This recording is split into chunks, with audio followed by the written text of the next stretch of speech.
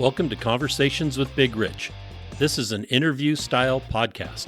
These interviewed are all involved in the off-road industry. Being involved, like all of my guests are, is a lifestyle, not just a job. I talk to past, present, and future legends, as well as business owners, employees, media, and land use warriors, men and women who have found their way into this exciting and addictive lifestyle we call off-road. We discuss their personal history, struggles, successes, and reboots. We dive into what drives them to stay active in off-road. We all hope to shed some light on how to find a path into this world that we live and love and call off-road. Whether you're crawling the Red Rocks of Moab or hauling your toys to the trail, Maxxis has the tires you can trust for performance and durability. 4 wheels or 2. Maxxis tires are the choice of champions because they know that whether for work or play, for fun or competition, Maxxis tires deliver. Choose Maxxis. Tread victoriously. Have you seen 4Low magazine yet? 4Low magazine is a high-quality, well-written, four-wheel drive focused magazine for the enthusiast market.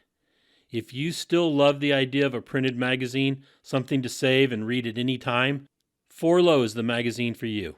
4Low cannot be found in stores, but you can have it delivered to your home or place of business. Visit 4lowmagazine.com to order your subscription today.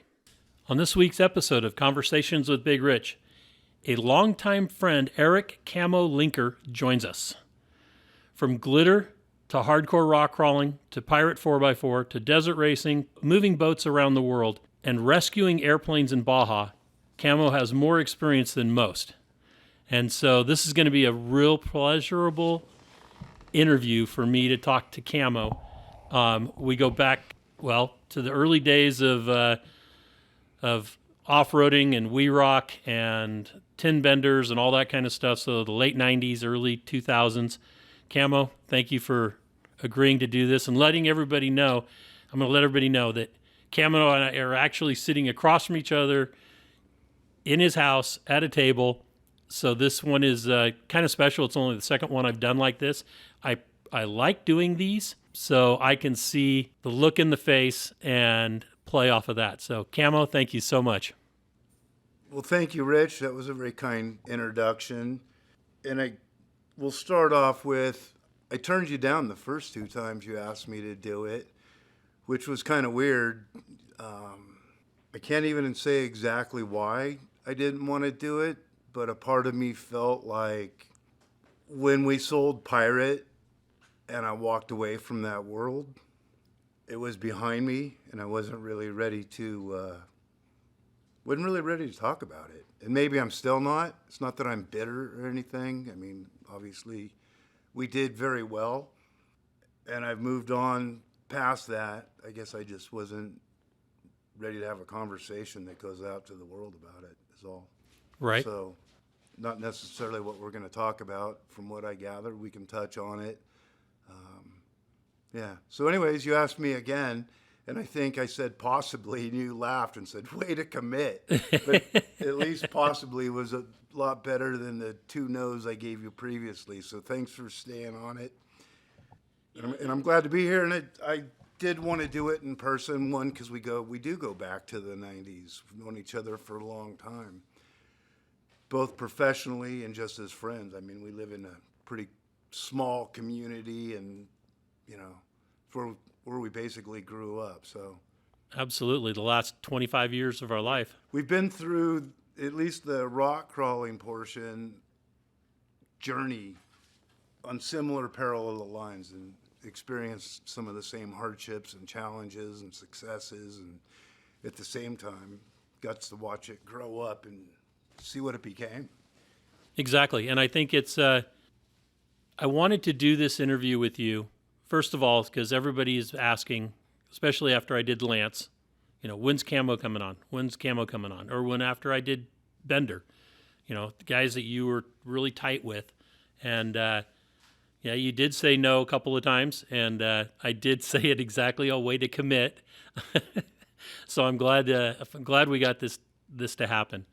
So the very first question I'm going to ask you is the same question I ask everybody is, where were you born and raised? Well, I was born in a small town in Southern California next to Pasadena called Sierra Madre. But at a very young age, I moved to Morro Bay, California, which is near San Luis Obispo. Small town of about 10,000 people it's a beach town. And it might be like one of the last like Southern California small beach town. It's literally the same population, 10,000 population, is when we moved there in 1970. It's the same population. It's kind of that no growth, I'll call them hippies, but very much we're here, lock the doors, nobody else can come here and build. So it's still a small town, very popular tourist spot, obviously. But it was a pretty fantastic place to grow up. And about how old were you when you moved there? I think I was 5 when we first moved there, and my mom, my brother, and I moved there. But my dad continued to live, because of his job, continued to live in Southern California for 2 years and drive up on the weekends. And we lived with my grandma. And then when he finally moved up, we bought a house that is the house I grew up in. And such a neat place. If you've ever been to Morro Bay, and you mentioned Rob Park, it turns out like later in life when him and I became friends, I found out that their family has a house there. So like he grew up going to Morro Bay for the weekends and getaways and family vacations. And that's pretty awesome. I've surfed there one time. I had a girlfriend that went to college at San Luis Obispo, Cal Poly. Fantastic school. And I'd come up from Santa Barbara because I was going to college down there, and we'd camp at like Avila and stuff like that. No, I went to Brooks Institute of Photography. Ah, Brooks. And then did famous school. Yeah, and did some city college there as well. I did not realize that. Yeah, that's actually a trained commercial photographer. Product advertising was my degree. So yeah, a little different. Yeah, well, growing up in Morro Bay was wow, it was magical. It was I think growing up in that era, let's face it, we're a little older, and I graduated from high school in the 80s, but it was the era of latchkey kids, and you came home when the streetlights came on, and my parents were at work, and I teased my mom that we raised ourselves. We were kind of on our own, but we spent our days surfing and playing at the beach and screwing around on boats and fishing and basically growing up on the ocean. And a great lifestyle. I mean, that's the nice thing about that area is the way it's situated geographically. It's almost hard for it to grow any bigger. Well, they call it the hidden kingdom for a reason, and it really can't grow bigger. Now that they have state water, I guess technically it could, but because of where it's at on the coast, you're right. There's really not room to grow like the Southern California beach communities have. But really, it's the politics long ago that stopped the growth. I guess you would say I grew up being like in a Republican household, and we might have been one of 3 in all of Morro Bay, because when I say hippies, what I really mean is it was a pretty liberal place to grow up, but somehow I grew up a very much Republican. Nowadays, I think I'm indifferent to both parties. I kind of can both pound sand for all I care. Like, let's just do the right thing, people. Forget your... Yeah, anyways, we probably don't want to go into politics. Politics and religion, those are the two that are pretty hard. Stay away from those. You can't convince anybody to go your line if they're against it. That's just the way it is. But because I grew up in a family business, we actually moved to Morro Bay because my grandmother moved there and started a retail store, and my mom... We moved there because it was growing so much. My mom moved there to help. And they turned it into a small chain of retail stores. So I grew up in a family business. And maybe it's that business like background that I had that like leant more towards the Republican side of the fence. But definitely not so much like as a kid, but like I still own property there. My brother still lives there. But going back now, you definitely feel like an outsider, an outcast, being not liberal, driving a Prius around. I have to admit this. I grew up in a very liberal household. My dad worked for the federal government. My mom was a teacher in the medical profession. And growing up just outside of San Francisco, I think I changed politics or my ideals once I did get into business. When I worked for others, it didn't matter. I really wasn't, growing up until I was in my mid-20s, I wasn't very political anyway. I didn't think about it. It wasn't something that was a driving force until I got into business for myself and then saw the hurdles that were thrown in front of me by the government to try to prosper as a small business. Nowadays, I'm pretty much not political. I don't really think about it. But I will tell you that my two best friends that have been my best friends since first grade, they're both pretty much as liberal as they come. And when we're together, it never comes up. It's not part of our conversation or thoughts so Yep. it's not something I'm so stuck on that like I can't talk to them or even like acknowledge their existence. But for the most part, I'm not political. I believe in what I believe in. And those are your personal beliefs. I don't really care what side of the politics it is because it's just bullshit. Right. So let's get away from that and talk about those early years. Were you interested in school? Were you a good student, or were you kind of indifferent? I was a terrible student, and because my parents were busy building a business empire, I don't want to say they didn't have time for me. We traveled for I've been very fortunate that even in high school, they took me with them and traveled the world. So I've been around the world before I even got out of high school, all over every major city in the U.S. They would always take me on business trips. But they weren't real involved in my, I guess, education. I had one expectation, and that's that I would graduate. But short of that, I don't want to say they didn't care, because I know they did, but they were kind of hands off. And it bored me. I don't want to sit here and tell you I'm too smart for them, but just it didn't suit me. And at that time, we had I guess a nationwide recognized automotive program at our school. Like the team that came out of our auto shop went to the national, believe it or not, they have national competitions, and had a streak going where they won the top honors in automotive technician troubleshooting competitions back in Washington, D.C. They won it for something like 8 years in a row. Wow. And when they didn't win it, they were always in the finals.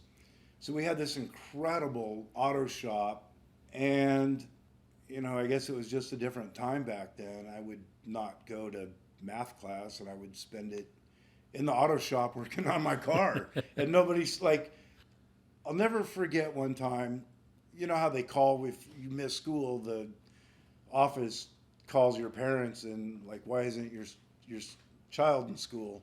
And my mom literally said, well, he left for school, but I know his truck wasn't running well. Have you checked the auto shop? And they went, what?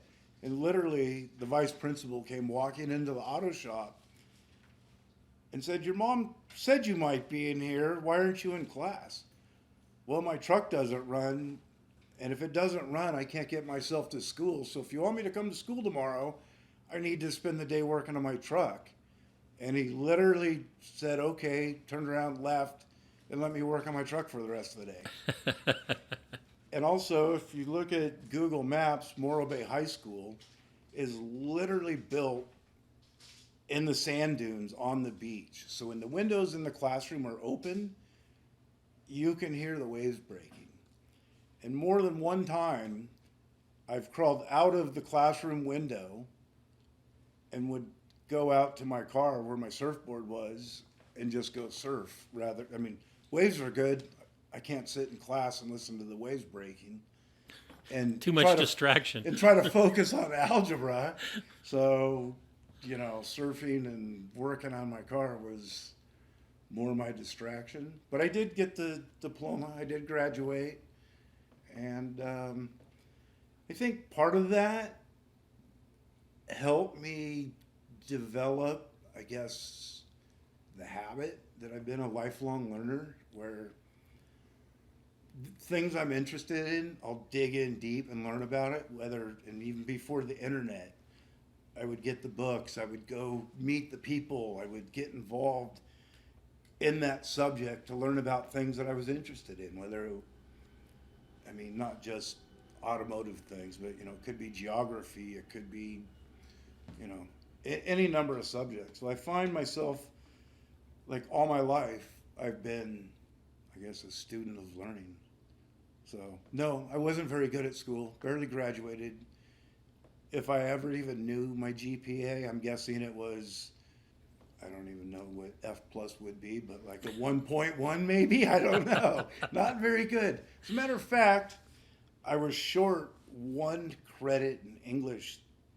Vice principal called me in my senior year. Said, well, I've got some good news and bad news. The bad news is you don't have enough credits in English to graduate. The good news is we don't want you back, so we're going to overlook it, and you're going to get your diploma, and you're not coming back. Different times. They didn't make you take one English test, huh? Something easy. They didn't make me take a test. They didn't want me in summer school. They just wanted me gone. So I got my English credits in high school by being on yearbook staff. That was the easiest way to do it. I didn't realize that that's what was happening, but it worked, and didn't have a problem with that. And now I'm a publisher of a magazine. There you go. But luckily I have a really good editor, Shelley. That helps. Having a good partner in anything makes a lot of things possible, because none of us can have all the skills to be it all. So Correct. Whether it's a business partner, a marriage, magazine, whatever, having a good partner is definitely key to success. Agreed. So after high school, what was the next step? Well, I certainly had a strong interest in cars and working on cars, building we'll just call them trucks or Baja bugs. Actually, I was big into Baja bugs. And so it seemed like the right thing to do would be go to, UTI, or, basically the automotive trade schools. And so they came and visited me at home and, do the thing where they sit down with the parents, and I signed up for it and was going to go. I was all signed up. And at that time I was working a graveyard shift at the gas station, and I was also been a snow skier all my life, because even though I lived at the beach, Fresno, Sierra Summit, or China Peak as it's actually called, is only like 2.5 hours away. So grew up loving skiing. Flipping through the magazine one day, and I see that ad in the back of Ski Magazine, room, board, and an annual ski pass, plus I think minimum wage at the time was like $3.35, and McDonald's was paying $12 an hour. You could work night shift, you got a ski pass, and you got an apartment. And I called the next day, and they're like, all right, you're hired. And I literally loaded up my stuff, and I said, you guys, Mom and Dad, I'm not going to automotive school. I'm moving to Vail, Colorado to be a ski bum. And I spent 3 years there skiing 100 days a year. Working at McDonald's. That was pretty short-lived. Okay. It was an interesting experience working for McDonald's, just because it's such a refined process, and it was actually a neat experience. and I'm glad I did it. But it turns out in Vail, they're desperate. Everywhere's desperate for employees. And there was just better jobs to be had once you were there and got to know a few people and kind of got in on the inside. And everybody's trying to recruit good employees. And so it was pretty easy to find a better job that also included a ski pass. So you loaded up your stuff, I'm assuming in a Volkswagen, in a Bug? No. At the time, I had a Baja Bug that wasn't going to drive to 1,000 miles to Vail. And one of my best friends that I mentioned earlier, their family car was this Toyota station wagon that they had like the entire time we were kids and growing up. That was their family car. And they gave it to Jim when he turned 16, and he promptly overheated it and blew it up. And it had been sitting in his backyard. And I found myself in need of a car, and he was away to UCSB going to college, and I went over, and his mom was there, Carla, and I said, Carla, Jim said I could buy the Toyota. And she's like, buy it? It's blowing up. It's no good. She's like, you can have it. Here, get it out of here. I want it out of here. And so she gave it to me. I drove it home and put a new head on it, put some new tires on it, and literally drove it back and forth to Vail over the next 3 years, probably 5 times. And the heater never worked in it. So the entire time I'm living there, there's no heater in my car. But I was also one of the few people there that had a car. So I don't know why it just turned out that way. But So you had an ice scraper for the inside of the windshield? Yes. Yeah, you know the routine. Well, I had a 58 Volkswagen or a 54 Volkswagen Bug, and would go from the San Francisco Bay Area up to Tahoe to go ski as soon as I turned 16, because I was in a ski club that from like the age of 8 or 9 years old, and would go every weekend up to Squaw Valley. So as soon as I got my car, it was like, okay, out of the ski club, I'm driving myself. Well, I drove my Baja Bug skiing enough times, which is only 2.5 hours away, to know that it wasn't going to make a 24-hour road trip to Vail reliably. And while I'm pretty good at fixing stuff, I needed a little bit better transportation. So Makes sense. the Skidoo, as it got named, served me well. So working at Vail, you worked on the mountain? I did a number of jobs I was a ski instructor for a while, which was a pretty prestigious job. It certainly got you the chicks. The problem was during the day you were teaching other people how to ski, not skiing. And so I went through a number of different jobs until I got on mountain night crew for the mountains, so I could work at night, ski all day, and then sort of work at night. It's not strenuous work. You ride a snowmobile around, you look at a few sprinkler heads, and it's a pretty kickback job with great benefits. So I found my niche there that let me ski every day and pretty much slack at night. Okay. Slack off. Not a lot demanded from me for work. It was a good ski bum job. Perfect. And so that suited me well. And my dad, every year, both my brother and dad came out to ski and just, I'm living there. They had a place to stay. And the third year that I was there, my dad mentioned to me that they had started a wholesale side of their company, and kind of by accident, it grew bigger than they could really manage and still be focused on their core business. And so they were going to shut it down. And he said if I wanted to move home, I had to pretty much, here it's yours, take it, do what you will with it, fold it, run it into the ground, make it thrive, whatever you're going to do with it.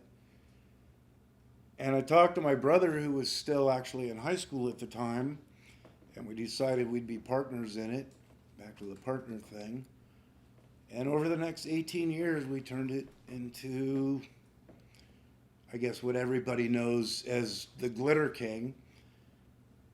110 employees, doing millions of dollars a year with companies like Walmart, Michaels, national retailers, and was the Glitter King. Sold literally tons and tons and tons of glitter. Like unimaginable amount of glitter for more things that you could ever even dream that glitter's used for. But of course, like to the rock crawling world, and certainly on Pirate 4x4, Glitter bombs. glitter bombs and stripper glitter is like the easiest thing to explain, but it's in so many products. It's a pretty phenomenal little niche product that, like, who would think that you could sell millions of dollars worth of glitter and have a 100-employee company with glitter? It was pretty wild. All there in San Luis Obispo? Actually, in Morro Bay. Morro Bay, I was okay. the largest private employer in the city of Morro Bay. That's pretty good. It's pretty good. It was interesting being a big fish in a little pond. It was hard to hide from just about anything because, you know, small town atmosphere, and everybody wanted to think they knew your business. So it was interesting. I was ready, you know, looking back on it, like I was ready to get out of that town and that situation.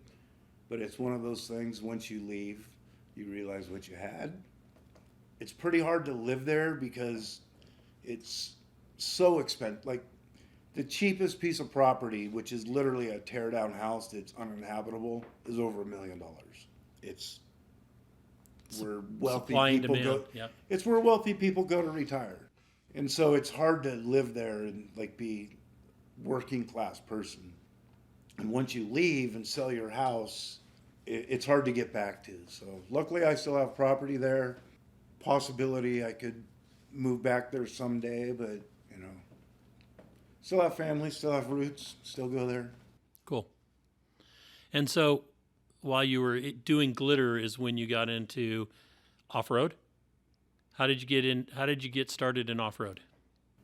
Going back to high school and my Baja Bug, if I wasn't in an auto shop working on it, like I said, the high school is literally built in the sand dunes, which means I'd be out wheeling my Baja Bug in the sand dunes of Morro Bay, which was illegal, but back in those days, it really wasn't like you could just go do it, right? And so I spent a lot of time just Baja bugging around out in the sand dunes, and quite often would go to Pismo Beach. Like, I'd cut school in the morning, and me and a couple friends, or sometimes just by myself, I'd go to Pismo and just go wheeling all day by myself or a couple friends.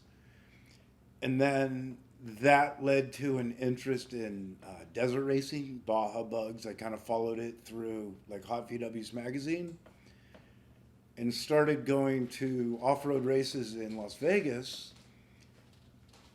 And my dad went with me one time, and there was a race car for sale. It was a 1600 Volkswagen-based car.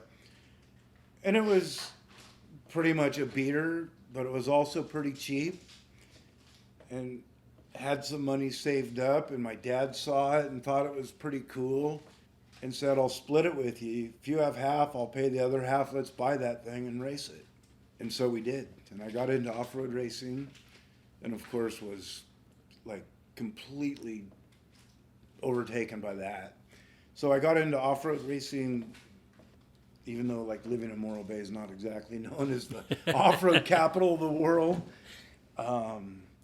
Very much got into off-road racing and did that for years, and broke my neck, as most people know, crashing, which is, I guess I'm good at that.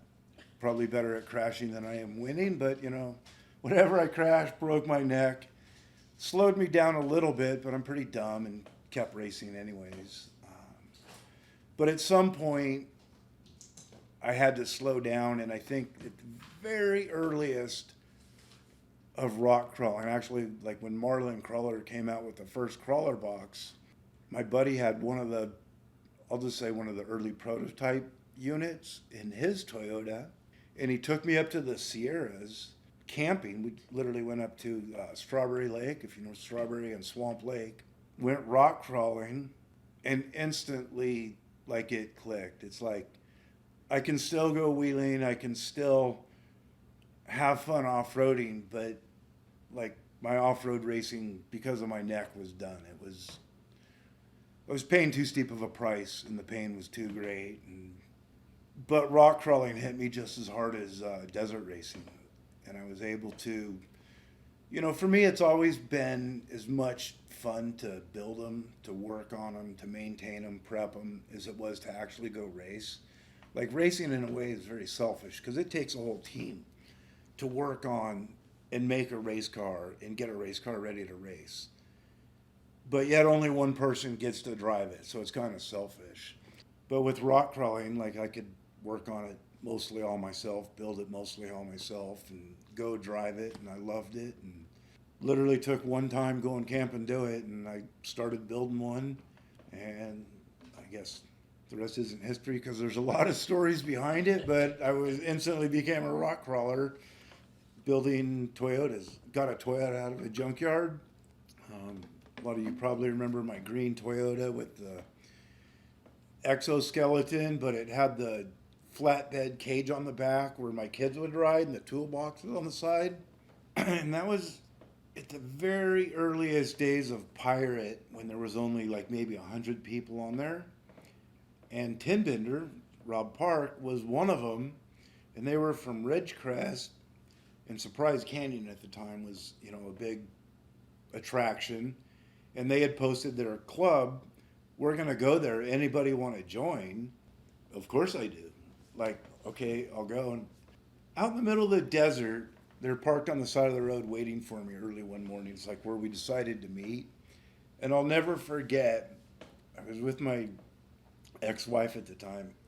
And as we're pulling up, they're a pretty motley looking crew from Ridgecrest. Okay, we'll just leave it at that. They're a little rough looking and some pretty beat looking rigs.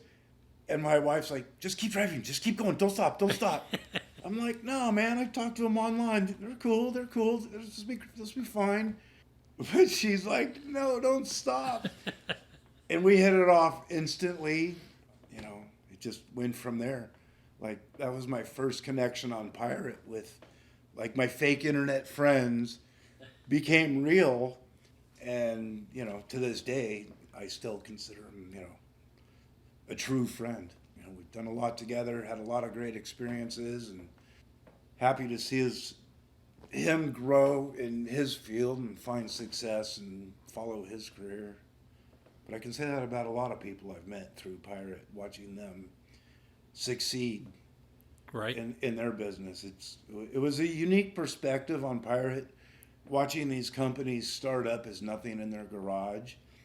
One of them that I guess recently found out about was Rigid Lights.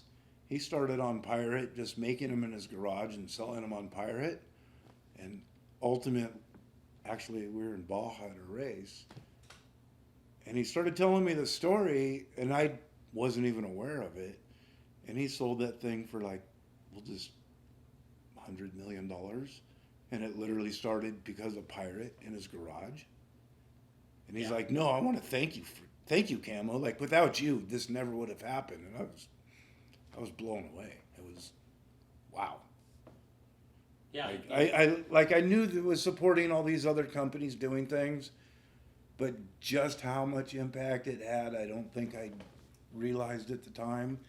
And until years later, hearing the stories. But for some people, Rob Park, for example, because we've been friends, and I actually introduced them to Dan at Blue Torch to get his first, I guess, real job in the industry. Like, I was part of that, so I was aware of it. But it impacted a lot of people, a lot of companies. Absolutely. It was a way for rock crawling to get the word out that was becoming a sport instead of just a hobby. I think it had a lot to do with it becoming a sport. I mean, you had your efforts at the time. Lance and I were just in a place where, we're just two idiots that caught lightning in a bottle. Like, we were just lucky, right place, right time. It's not that we were so smart and figured it out. We just happened upon something that was magic, special. The right time, the right place, It the kind of right happened people. to us as much as it happened to everybody else. So it was hard to be aware of just how much impact it had at the time. Certain aspects I realized at the time, obviously, like when we'd promote an event, even yours, for example, and people would show up or know about it because of that. So yes, right place, right time. Yep. For sure. Those pirate years, doing, I don't know if event coverage is really what to call it to begin with.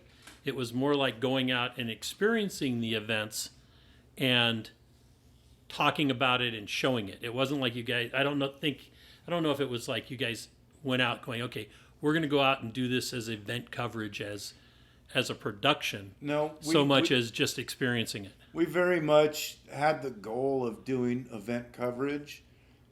It's hard to remember what the technology was at the time because technology changes so fast.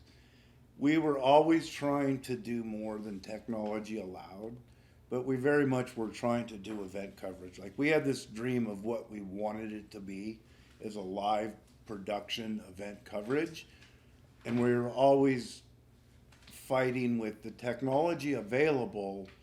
And also there's several things that I'm pretty proud of that I feel like we pioneered that is normal today, but at the time was practically impossible, certainly on the budget that we had, to do the best we could with event coverage. Like our goal was event coverage, and maybe at times it didn't seem like that. We were just doing the best we could with what we had and trying to achieve something that didn't exist at the time. When you first came to me and asked about if I would be interested in producing or having another class of vehicles at the We Rock events, and it was the F-Toys.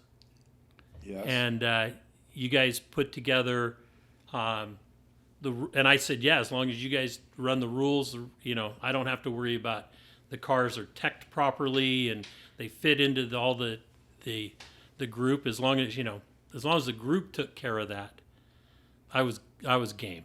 Bring it on. And I thought that was pretty interesting. You and Mike doing that. So where that came from was my background in desert racing. Was most of it was in class 1600, which is a very limited class. There's very specific rules on what parts you can use. It's a driver's class, so the cars are supposed to be identical, like everything from the weight to which parts you can use. And so it's very much a spec class.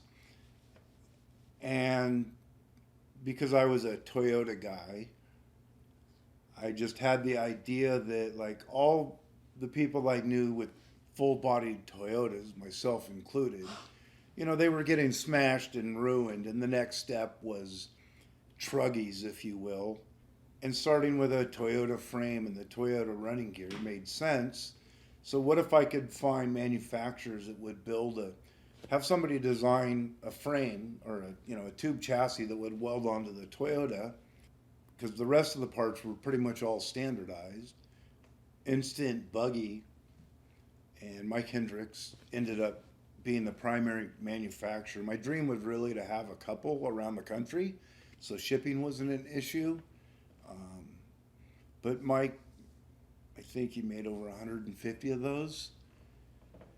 So it was really based off my experience in desert racing and just wanting a class that was affordable and people could build with the Toyotas they already had and take them out and compete, because that was at the time what the rage was, of course.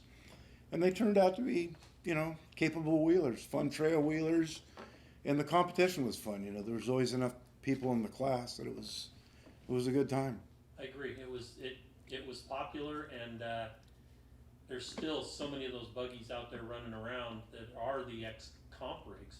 Yeah. Truly, there was only probably 25 that actually came out and competed at least more than once. But those guys they're still out there being wheeled. There's over 150 of them that were built and wheeled that I know of. It might even be more like 175.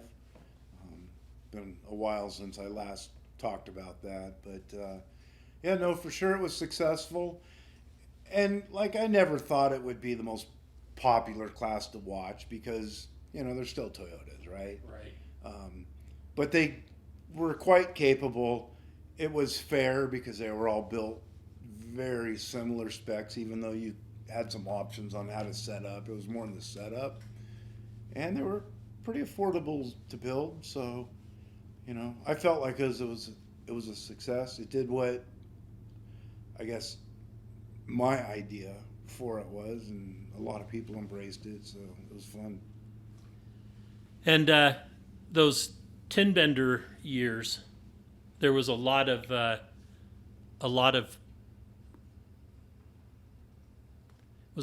partying at JV, especially, and then there was the competitions between clubs, which I got involved with Carnage for the Con, not Carnage on the Con.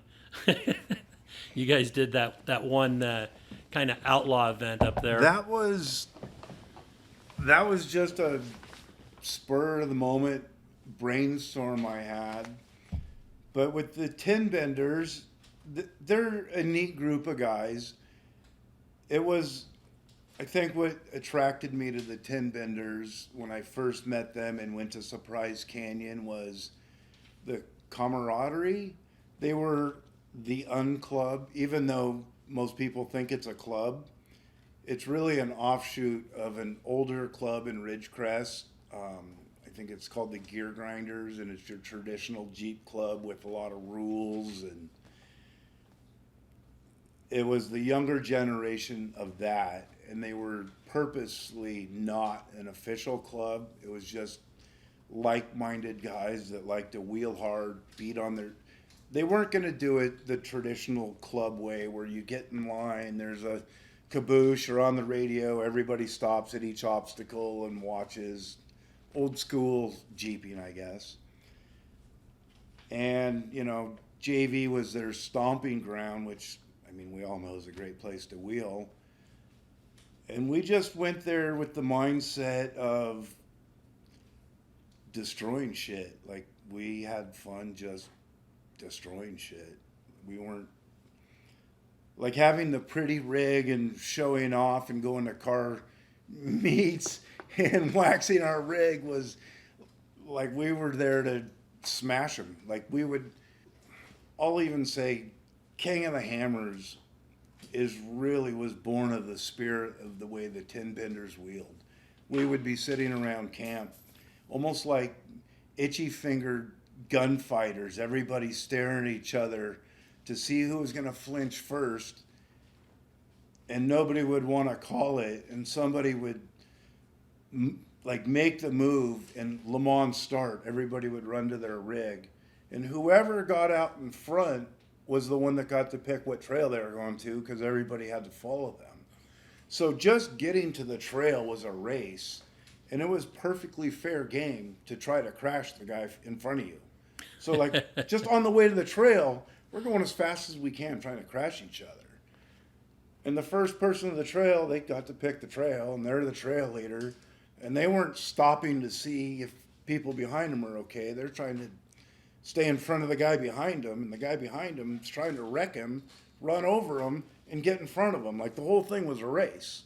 And that's just how we wheeled. So we're smashing each other, and sort of the legend of the tin benders, I think, grew out of people seeing that and it being so different than traditional wheeling at the time. And I guess I'll even tell the story like Dave Cole, when he got into wheeling, he had heard of the tin benders, and he was telling a friend of his, he wanted to go to Johnson Valley, but this friend knew of the tin benders and knew that it was the tin benders stomping ground, and literally told Dave, no, you can't go there. That's the tin benders. They'll kill you.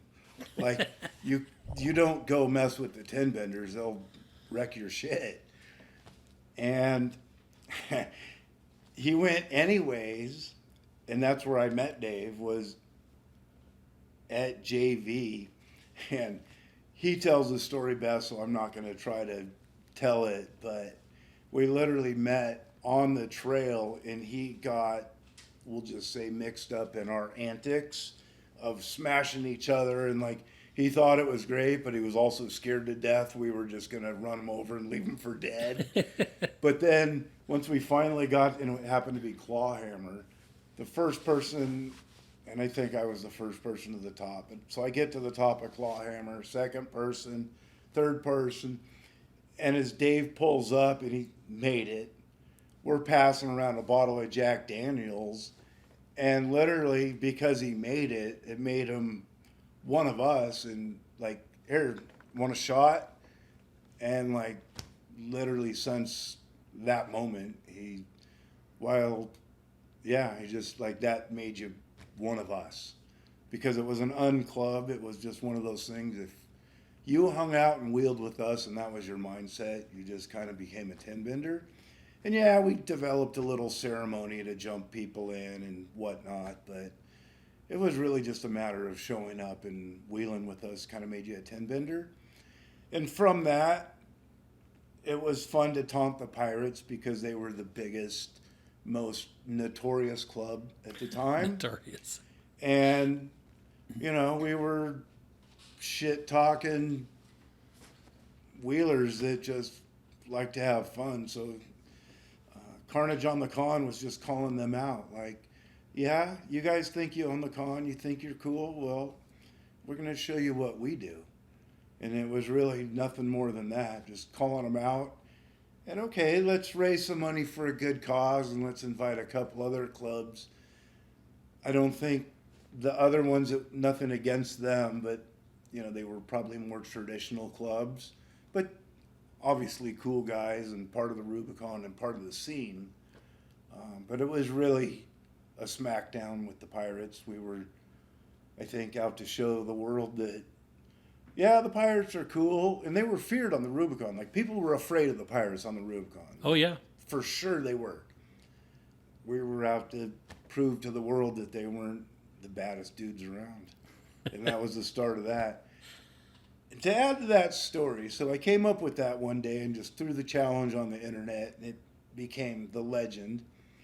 But I'll never forget, during that event, the sheriff's helicopter shows up and starts circling. And then it lands. And I forget how many, but I'll just say 4 armed, dressed sheriffs come out of the helicopter. And I see them asking a couple people and everybody pointing towards me. And these 4 sheriffs come walking towards me. Are you Camo? Yes. Do you have a permit for this event? What event? And they just kind of laughed because, you know, they read about it on Pirate just like everybody else. And they literally said, this is bitchin', it's cool, be safe, we gotta go. They were super cool about it. They said, if you need us, call us, but looks like you got it under control. There was a big crowd, and it was, I mean, the box back then, you know what it was. Nothing will ever be that again. It was a pretty rowdy, it was a gladiator hang, man. That was Yes, wild. it was. That was wild times. And it was that with a little extra spin on it, I guess, with something at stake. Yeah, that was fun. That grew into the next year, Carnage for the Con up at Donner Ski Ranch. And that was the first event we did that I put on at Donner. And that was over, it was a 4th of July weekend. I was more than happy to have somebody else be the person the sheriff was going to come look for. Like, for me, it was just smack talk, you know, throwing down against the Pirates and having fun. Yes, we raised some money. It was cool, but I was more than happy not to be the promoter of it. And thank you for taking that over. I enjoyed it, that's for sure. You know, the rock crawling has been my life story. Real quickly is I never had a job or a career whether my own business or working for somebody else, it lasted more than 5 years. Interesting. I mean, it was like management at Sears Automotive. Within a short period of time, I was, in a year and a half, 2 years, I became a store manager from being a salesman. And it was just that natural progression. It always happened, no matter where I went or what I did, my photography business, landscape business, it just never, all those things were less than 5 years. And when I found the competitive rock crawling, my first trip on the Rubicon was in 82. Wow. And I was instantly hooked. Of course, I was a young guy, just married, didn't have the funds to build a Jeep, but man, I would ride with everybody and anybody that would go up.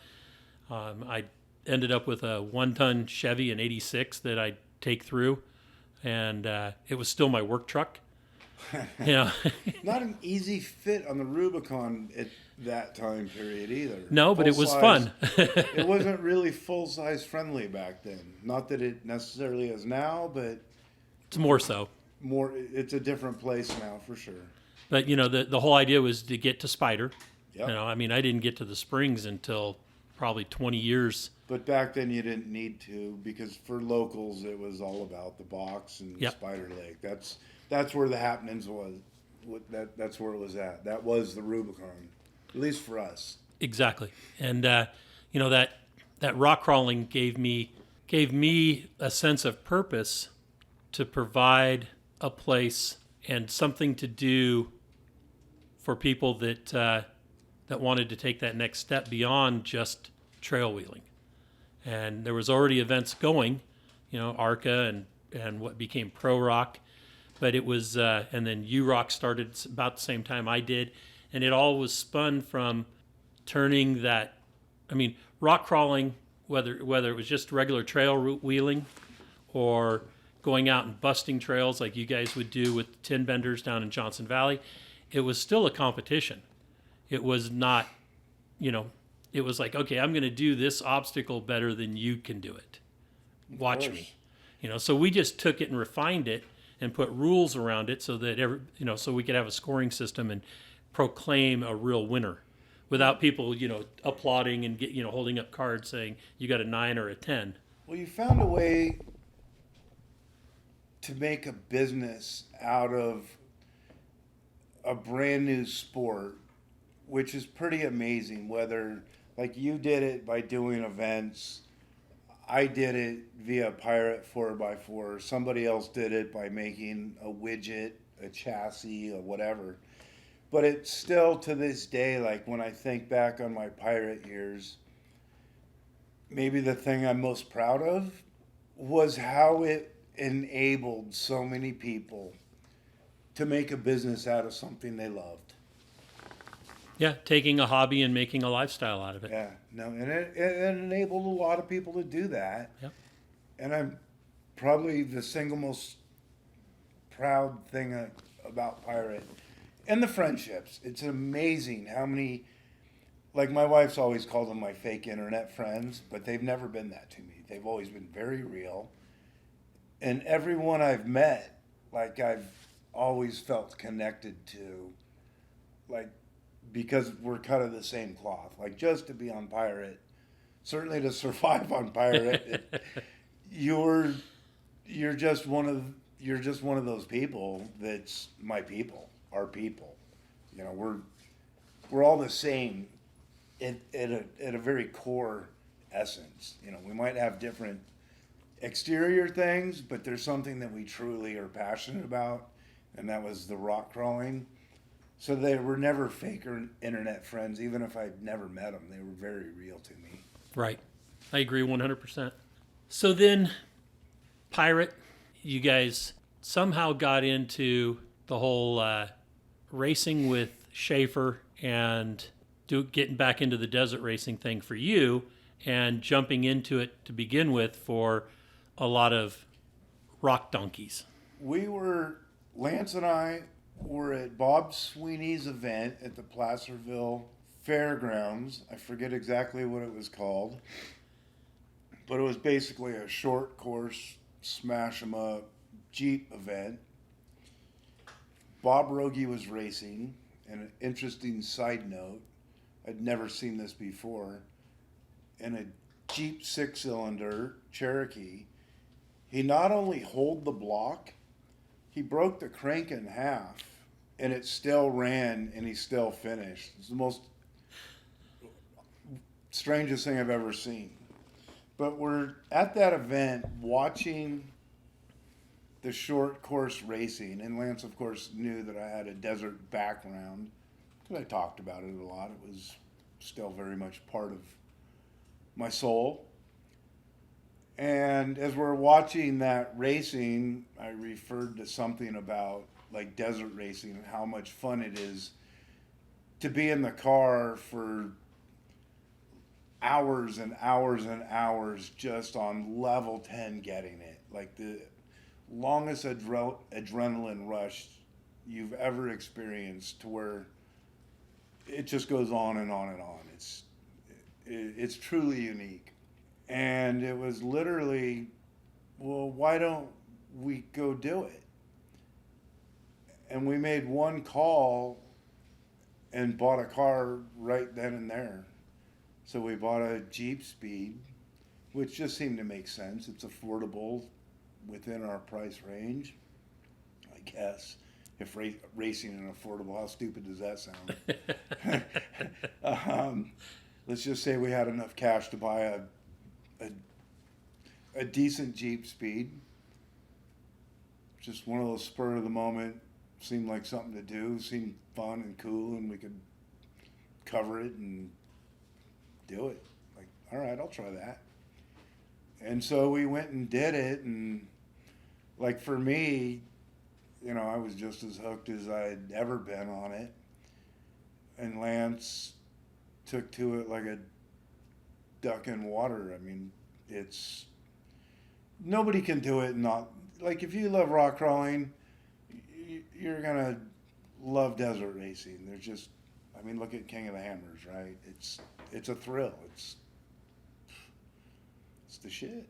Yep. So yeah, we got into that, and you know, I think just because of who we were in Pirate, we were able to attract enough other people who maybe have dreamt of it, doing it, or seen it, or thought it was cool, and wanted to be part of what we were doing. So we were able to attract enough other Pirate guys to get involved in a race to where we kind of made our own little group to compete against and shit talk on Pirate and throw down. And it sort of brought in, and I'll just use Pete, who became a true friend of mine and I miss to this day.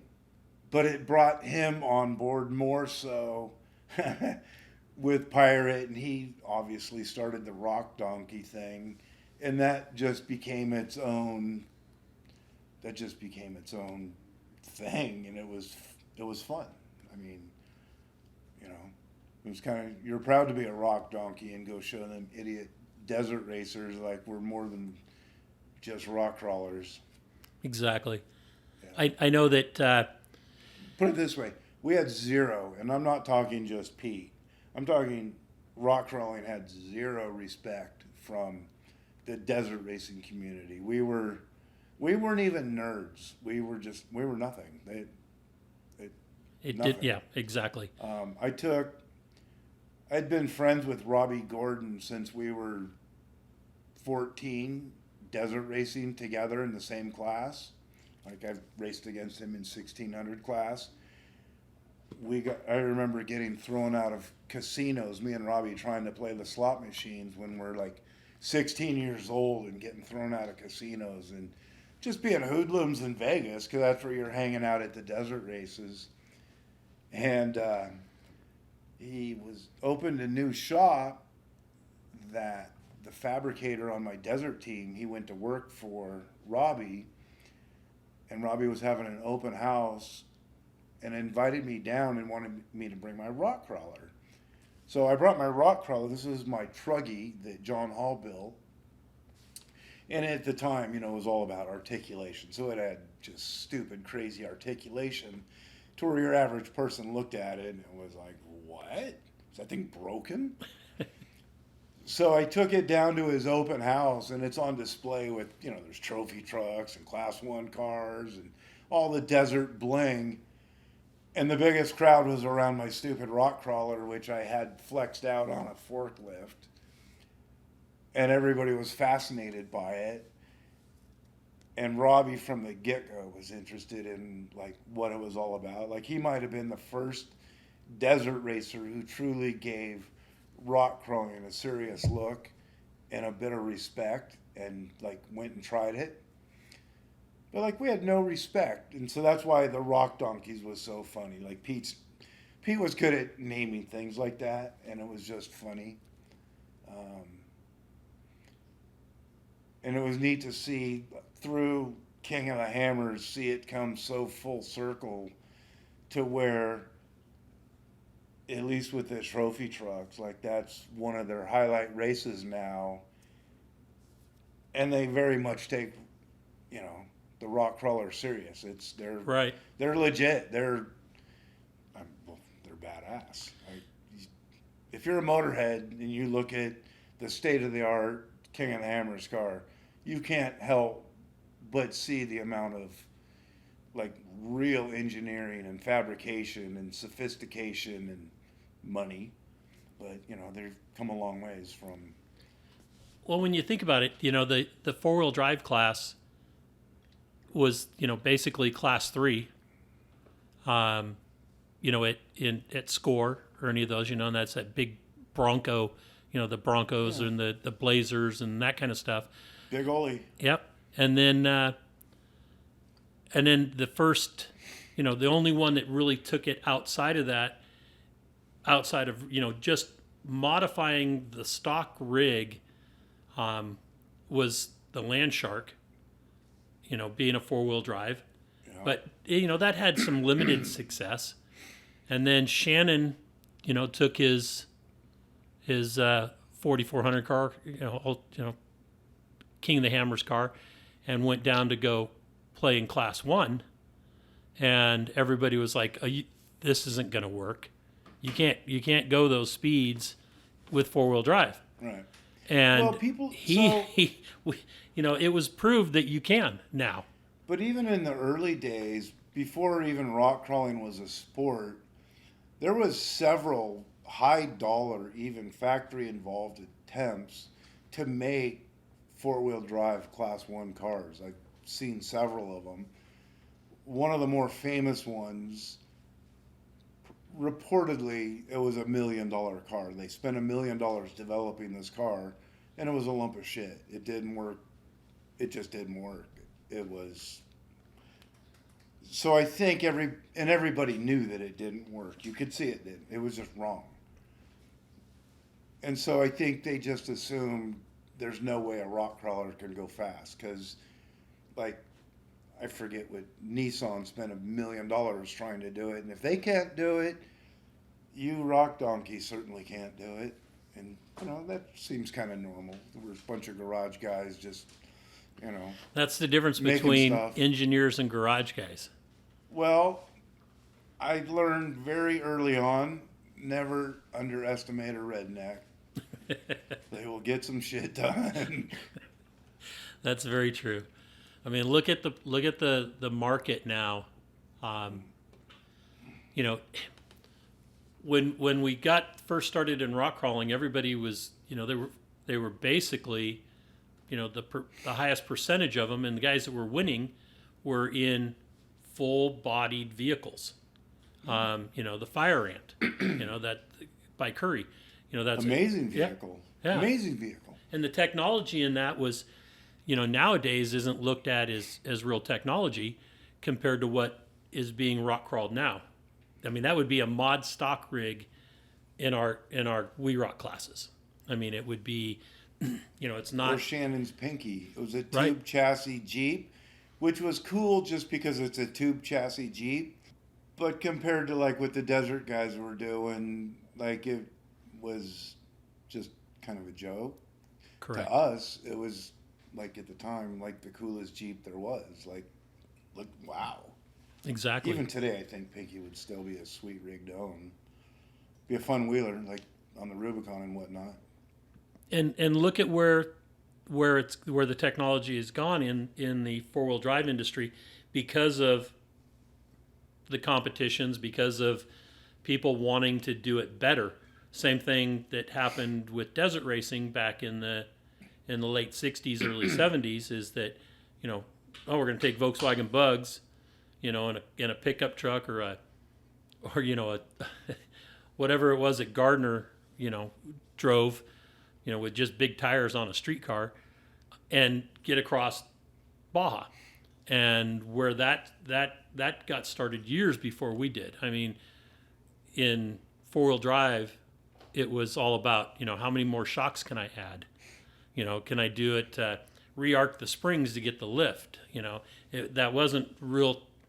I mean, it was advancements, but it wasn't real technology. If you look at the desert racing scene and how long it took to develop the technology because of the time, one thing that maybe gets overlooked about what Pirate did for rock crawling, it condensed the development time, because we, and when I say we, everybody on Pirate, we could go have an idea, take it out this weekend, try it, and everybody could see if it worked or didn't work or what did work about it.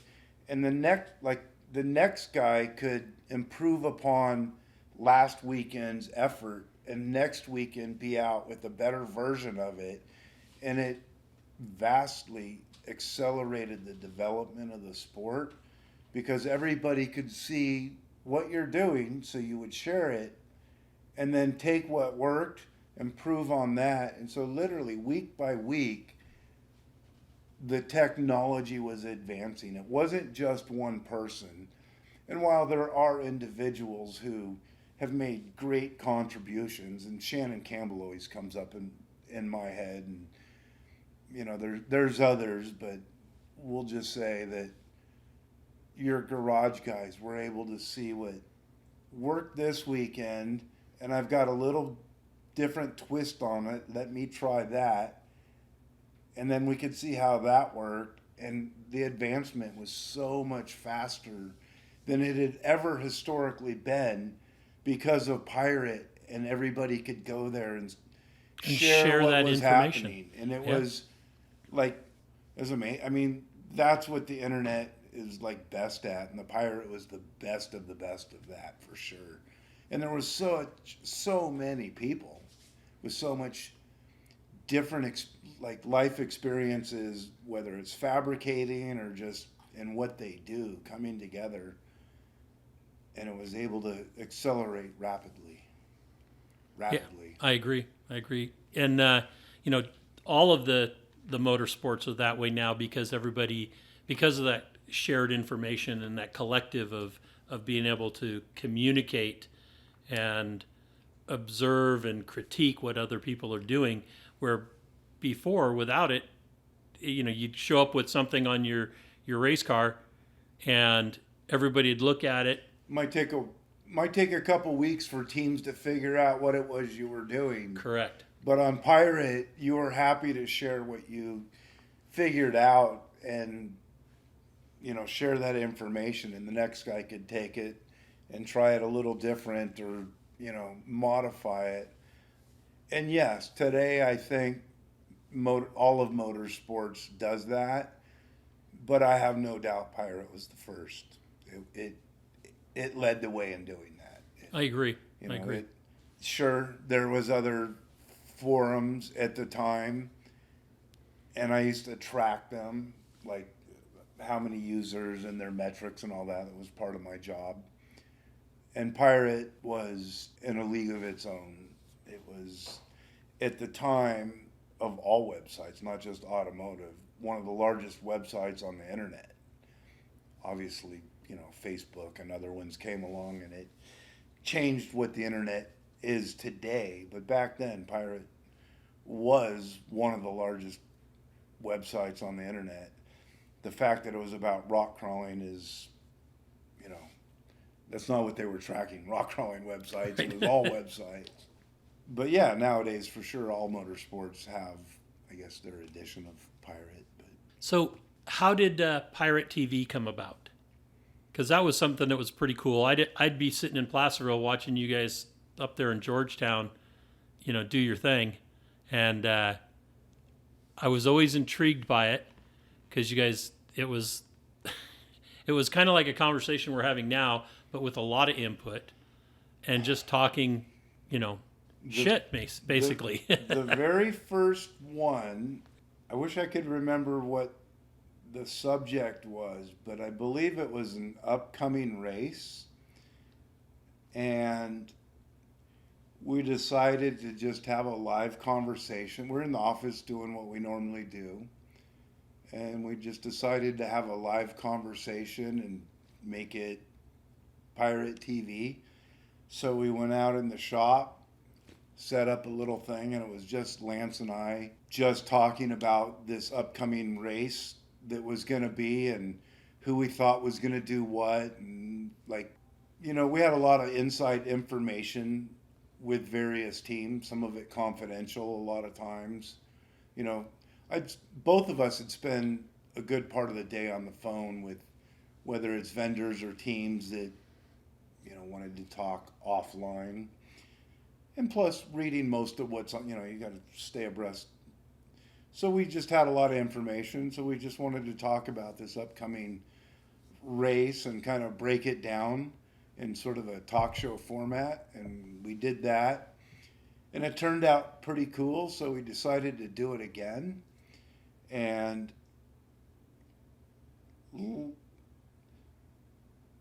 I don't think Lance ever wanted to be on TV. He when I met Lance, he was very shy. He had a hard time talking to people he didn't know, I guess. He was, I don't want to call him a computer nerd, but he was just more comfortable not being in groups of people that he didn't know and didn't want to be the face of a TV show. So I did it. And that's where the bottle of Jack came in, and he put one on the desk, and we had no time limit to it. It went on until I got so drunk I fell off my stool, and that was the end of the show.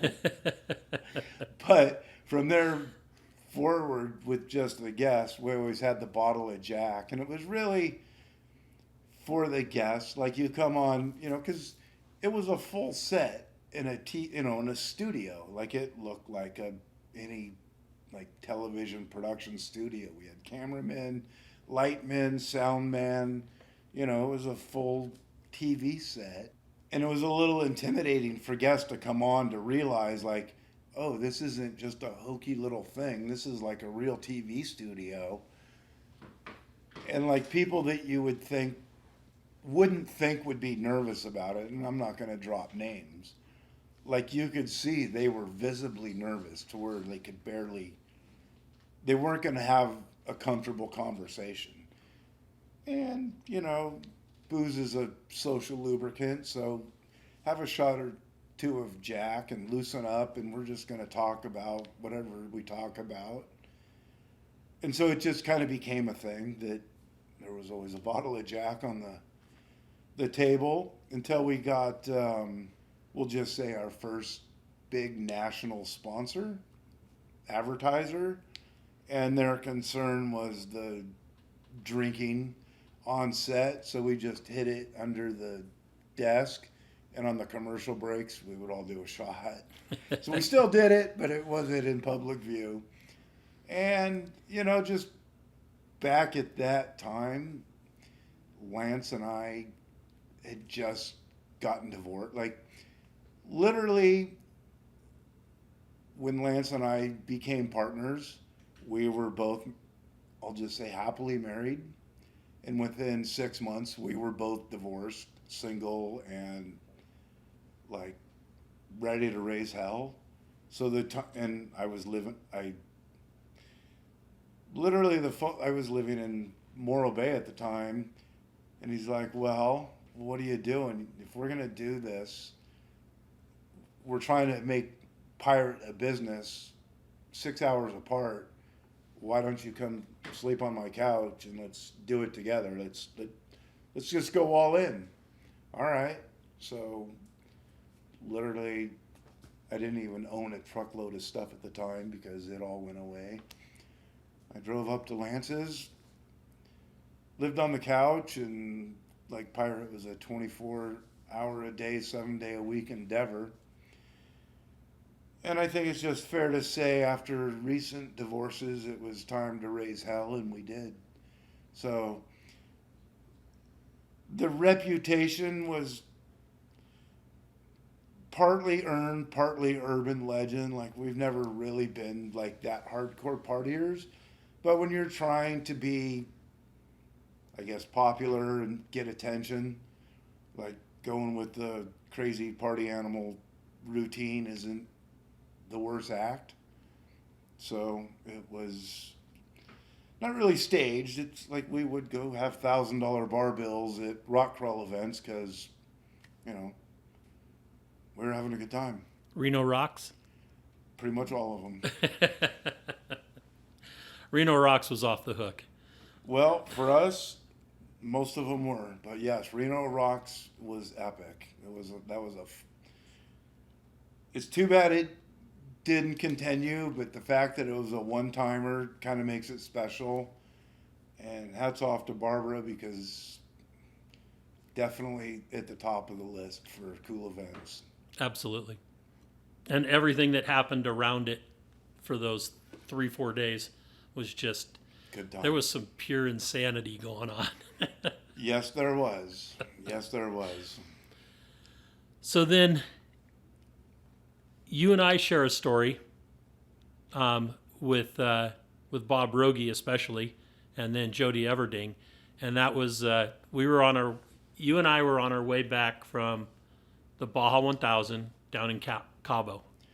We raced the Jeep Speed to Cabo, and we can both tell the story, but the part that I cherish, we're driving back on the pavement, and about halfway up the peninsula, I remember saying, this pavement sucks. Like, why are we on pavement when there's a race course right over there? Let's take the race course home. Like, we're in no hurry. We got nowhere to be. We got 3 4-wheel drive trucks. Let's take the race course home. And I remember we turned off the pavement and we're taking the race course home. And you can take it from there. I just wanted to throw, like, how we ended up on the race course coming home from the 1,000. Like, haven't you had enough? And the answer is no. Never. We'll never get enough. And what was funny is that we were not in a 4-wheel drive pickup. We were in a 2-wheel drive Nissan, kind of a club cab pickup at that point. Well, I believe it was a rent-a-car. Well, it was a kind of a partner of mine had the vehicle and said, "Here, take this truck," and it had the big crunch in the front where somebody who had driven it prior had hit a pole and kind of caved in the front bumper and the grill, and that comes into play later on when we crossed the border.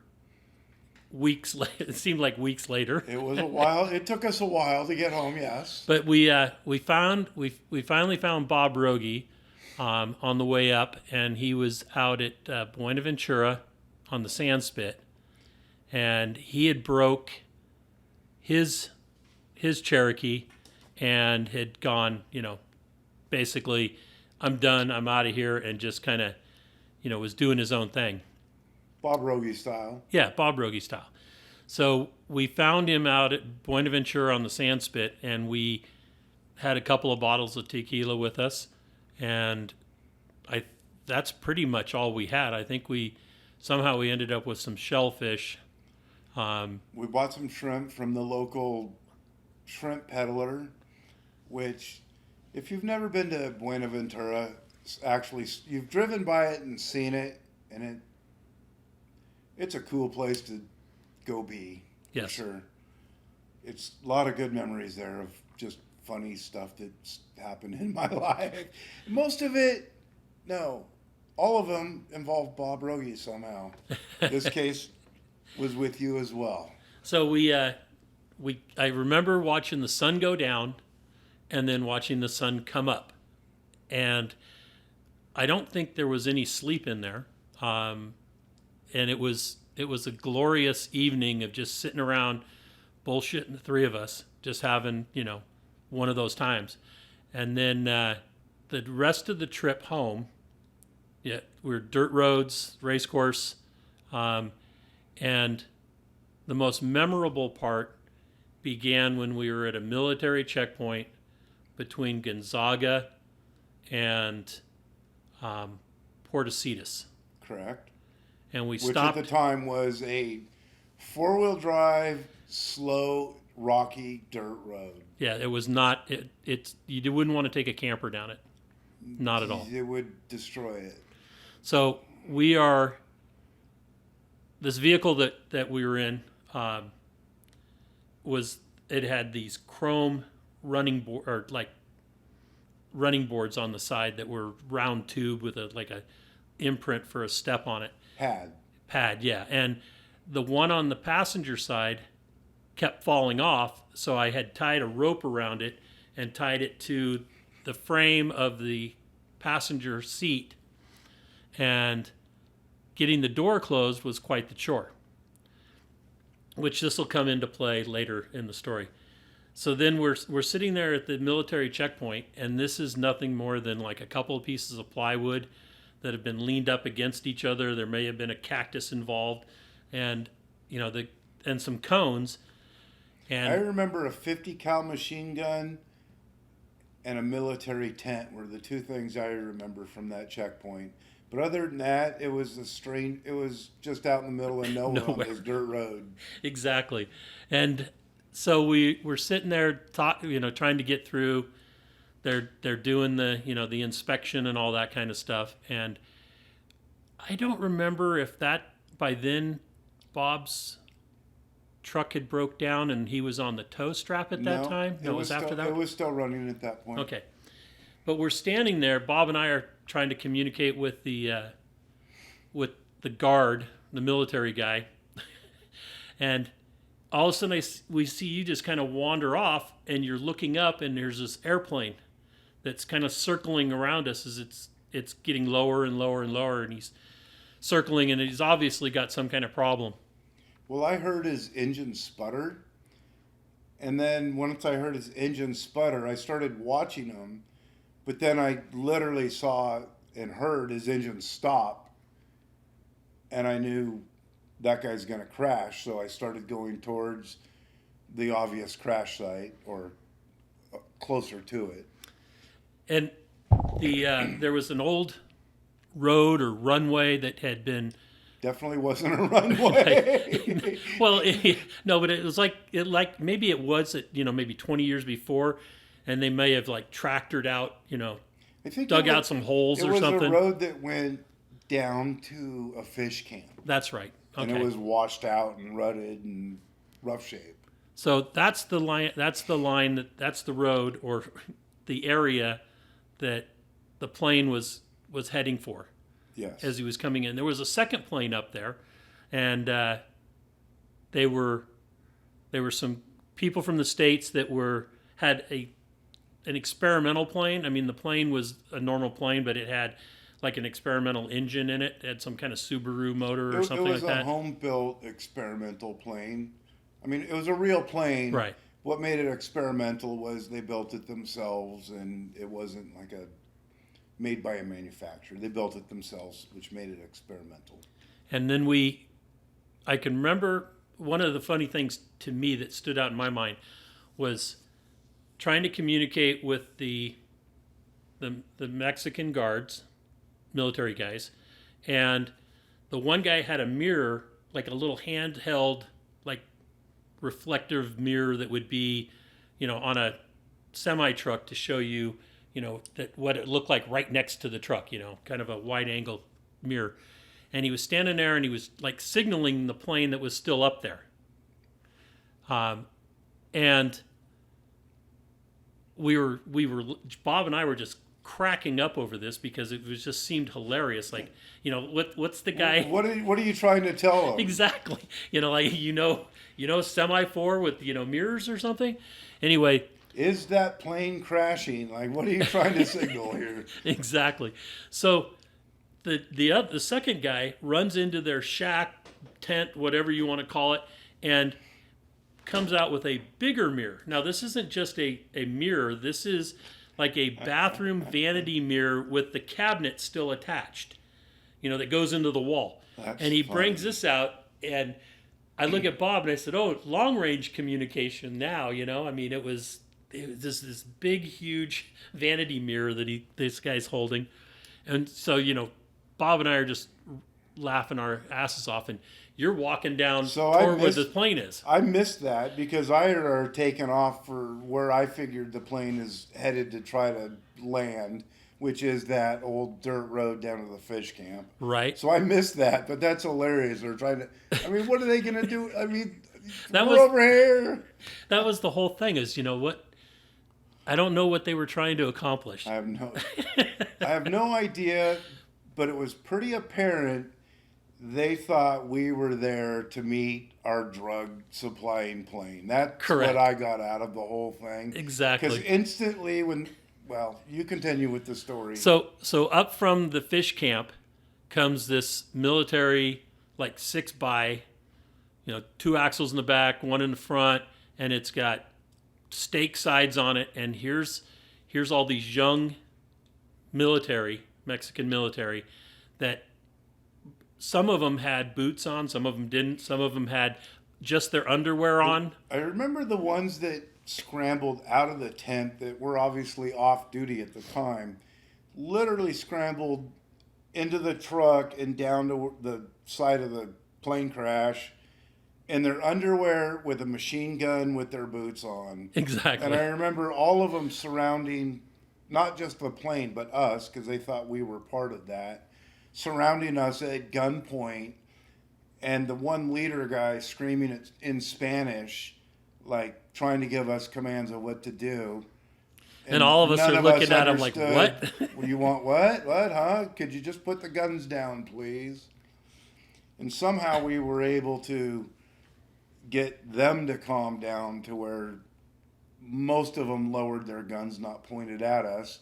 And I think they saw it in the pilot and his wife's eyes, who they were, I guess for our listeners, they should know that he didn't necessarily crash like Digger into the earth.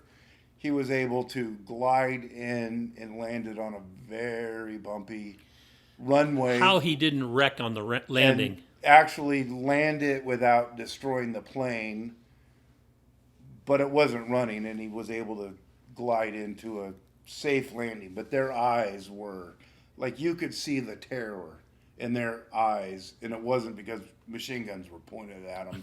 They just survived a plane wreck. Correct. And I think they sensed that, and we were trying to say, hey, just calm down, like we saw it like you did. Like, that was intense. It was. And then we spent days, maybe even a week, trying to get that airplane helping them get that airplane out of Mexico, because they weren't going to get it running. We had to get it up to... Well, it was so remote. Like, I remember their thought was, that's the end of our plane. It's now, it's remote. You can't get it out of here. Us being rock crawlers, like, to us it was just a challenge. Exactly. What do you mean we can't get a plane out of here? Of course, I could get my race truck out of here. I can get a plane out of here. I mean, it must come apart, right? So to us, I think it was just a challenge. And we gave them a ride back. We went to San Felipe with them. And I think it was Sarah Everding's family or friends that let us use their house in San Felipe. Yeah, we were meeting somebody. Because we had Thanksgiving on the beach. Right. Yeah. Yeah, they're at Pete's camp somewhere. Somewhere around there. Yeah, and which all turned out great because, we got a Thanksgiving dinner. I remember it was you and I in the truck and the wife. Yep. And you were in the back seat. She was up in the front seat. Bob and the husband were behind us. And at that point, Bob was on the tow strap. Yes, his truck broke somewhere between the plane crash and San Felipe where we were staying, and so we're towing Bob. So we're on a 20-foot strap, the two vehicles in line, and we get through San Felipe, and we're heading up to Pete's camp, and we get just past the roundabout down there, where the race course normally in San Felipe heads off to toward the dumps. So Yeah. the road, that's where the road, the northbound is like 6 or 7 feet taller than the southbound, and it's 2 lanes. Bob's on the strap, and right behind me at 20 feet, we're doing about 45 miles an hour. There's a car pacing us between Bob and I next to the strap, and I see 2 dogs run out from some little business, run out into the road. They get to the center area and stop, and then one of them walks out into the fast lane and just like stares at me as I'm coming down on him. And I mean, it's not like I got a quarter of a mile. This is all happening within like a couple hundred, 100 yards maybe. I forgot about the dog. Yeah. So I can't slam on the brakes. No. Because Bob's right behind me. We hit the dog. The lady that we've got in the truck that owns, the wife of the guy that owns the plane, starts screaming. She's already terrorized, and now we just murdered a dog. So of Murdered course, a dog in front of her. And I mean, I don't think we didn't feel good about it. No. We had no choice. You had no choice. no. But yeah, because I couldn't hit the brakes. I couldn't swerve because there's a car next to me or the road drops off 6 feet. But it was brutal. Yeah, it was a big thump. Yeah, it was a big thump. And then, of course, after I hit it, Bob goes over it. And Bob in Bob's wisdom comes on the radio and says, "Don't worry, Rich. I finished him off for you." Well, this lady is just like beside herself. She's crying. She's, totally in tears, just having a fit. And I'm trying, I don't know about you in the backseat, but I'm trying not to laugh because Bob's comment was just classical. It was Bob. It was Bob. And that was the second part besides the mirrors that really stood out to me in that whole sequence of events. What stands out to me, many parts of that, but there's certain people in your life that, well, I'll just say, I remember we didn't have a trailer. We called Jody Everding, who was with us, but he had already made it back home to San Diego. I remember we called Jody, and this was probably midnight when we finally got back to San Felipe. It was late. And we called Jody at like midnight. "Hey, Jody, we need you to come down to San Felipe and bring a trailer." And he didn't even ask, like, why. Just, okay, that's what you need. That's what I'm going to do. And, like, to me, Jody, and why, like, I remember when Lance and I were trying to decide who was going to be on the team. Like, Jeff Mello was never, like, for sure it was going to be Jeff Mello. But Jody Everding is just all, like, at the competitions when he would be helping other people at the maybe detriment to his own effort, he's just always been that kind of guy, and that's who you want on your team. And that phone call, like when you get a call in the middle of the night, "Hey, I need you to come to Mexico and bring a trailer," you don't even ask why. It's just like, okay, I'm on my way. And that's the kind of guy he is. Yep. And so then he gets down there. We have to go. No idea why. Why? Just he's got his truck and he's bringing his trailer. Yeah. You want me to do what? Yeah. He thought he was going to be like taking Rogi's broken rig back. Which, sure. Yeah. So what? Not, hey, we need to go 4 hours south on this 4-wheel drive road and go take apart a plane and bring it back to San Diego. Yeah, on a flatbed car trailer. Yeah. And figure out how to make that work. Right.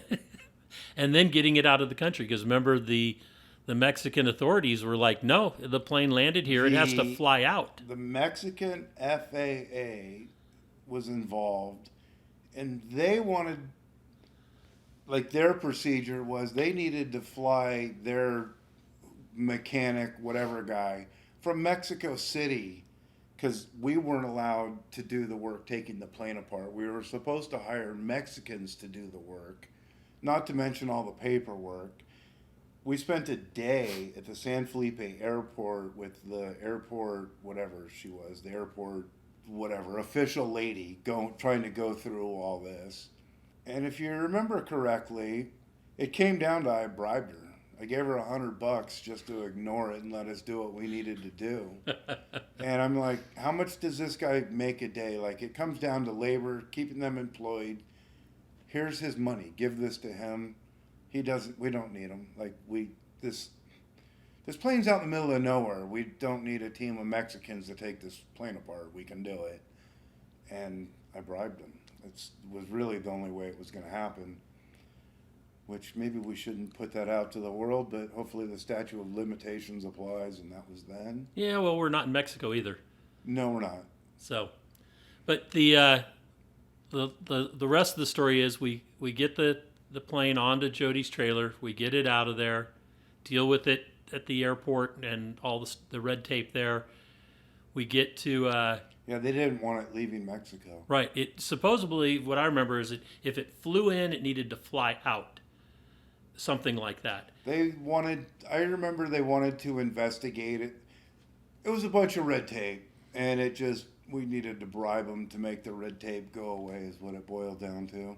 But when Jody drove the truck with the trailer and the airplane on the trailer across the border, it was like the first time that it ever happened, and They looked at the plane, they looked at Jody, they looked at the plane, and just went, I'm not even going to ask. Get the hell out of here.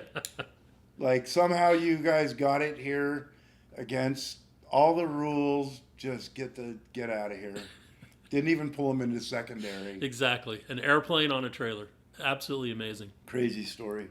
And then the thing that amazed the owners of that plane is that here's a group of off-roaders, anti-environmentalists, you might say. Well, it's a little deeper than that. They were hardcore Sierra Club members, yes. Active members of the Sierra Club, vehemently opposed to off-roaders.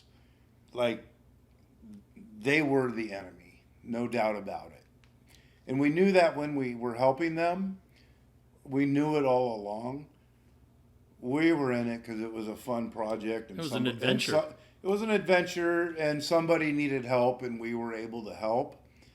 And if you remember, she wrote that letter that got published in Sierra Club magazine called Off-Road Angels, where she admitted essentially that they were wrong and the off-roaders aren't as evil as their group makes them out to be, that we were like real, genuine people that care about the environment and our fellow humans, and it changed their attitude and their outlook. I mean, I'm sure they're still Sierra Clubbers and whatever, but it affected them pretty deeply that their enemy saved their ass. Yeah, and we just looked at it as an adventure. It didn't matter what their politics were or anything else. We weren't going to leave anybody out there. It was. Well, how often do you get to take apart somebody else's plane and wheel it out of the desert? I mean, come on. Because if you remember right, we bribed one of the fish camp fishermen to sit and babysit it and not let any parts get taken off it. And the cost was exactly one case of cold Coca-Cola. That's right. Remember that? And we delivered it. Like, when we got there, he was still sitting on that rock under the shade of the wing, guarding that plane, just like he said he would. And we said, here's your case of Coca-Cola. Thank you very much. And he was happier and I believe that was maybe 2 or 3 days later. Like, yes, he stayed there and did his job. Yep. For a case of Coke. It was a pretty amazing story. It was a fun time. Something I'll always, at least highlights of it is what I'll Sure. remember. But that was pretty cool. So then Pirate got so huge, and you guys had an offer to be able to step away, and Lance and I were at Google headquarters at a Google conference. Google, like we used Google advertising as part, like an ad agency for some of our ads. And so they had a conference for like companies like us to help us, I guess, be better partners with Google. So we're at the Google headquarters, and Google's cafeteria is pretty famous because they bring in chefs from around the world, and it's not just like a buffet. It's a buffet of world-class chefs, and it's the views out of the cafeteria of the ocean. It's beautiful. It's gorgeous. So we're at this conference, and it's lunchtime, and Lance and I are sitting next to each other. And a gentleman who we've known for a couple years and has like inquired about Pirate before was sitting across the table from us. And he takes a pen out of his suit pocket, and he takes his napkin and he scribbles something on the napkin and folds it in half and slides it across the table to Lance. Lance takes the napkin, opens it up, and I can't see the napkin, but I'm looking at Lance's face. And I knew the second he opened it. Unknown caller. I guess you're supposed to turn your phone off when you do these. So I will do that now. I knew by the look on Lance's face, the second he opened that napkin, exactly what it was, and it was over. Lance folded the napkin up, put it on the table, slid it to me. I looked at it in complete shock at the number. And you have to understand, at the time, we were having the time of our life. Pirate, it was like living the life of a rock star. Like, we were given the opportunity to do things, to go places, visit factories, meet with people, like literally living the life of a rock star, at least a rock donkey rock star. And we're having a lot of fun and had so much opportunity and so much more to do. And like, even though it was a 24-hour, 7-day-a-week job, it never seemed like work. It was, they say find something that you love and it'll never seem like work. It was true for us. I was having a great time. Like, we always knew like someday the out would be to sell it. It wasn't right then, but it was when somebody writes the proverbial check that you can't say no to. Couldn't say no. I personally, like, I'll use the word bitter, but I wasn't ready to sell it because honestly I was having too much fun being Camo and living the life and getting to really live the dream. Like, why would I want to stop doing this? Like, pretty hard to pay me enough money to get me to quit being a big kid, it was fun. But at the same time, it was that check that you just can't say no to because you never know if it's coming again. But I was a little bit bitter, and like so much of my identity at that time was being Camo. Like, it was kind of rough on me. Like, not only did I finally have the surgery on my neck that I had needed for a long time and had been putting off. So after that, but I didn't even log onto the internet for a year after we sold it. I completely checked off the internet to the point where my wife had to bring it up to me, and she's like, I'm a little concerned, like, you don't communicate with any of your friends who are even local. Like, yes, they're your rock crawling buddies, but they're your friends. Like, you've checked out. And it was just, I think I was sad. I was sad it ended. You were going through a depression. I was. Separation. It was it just happened so quick. And while I'm obviously grateful that we were successful and able to sell it, and for me, enough money that like I don't have to have a job anymore. I haven't had a job since then. I don't need to work for money.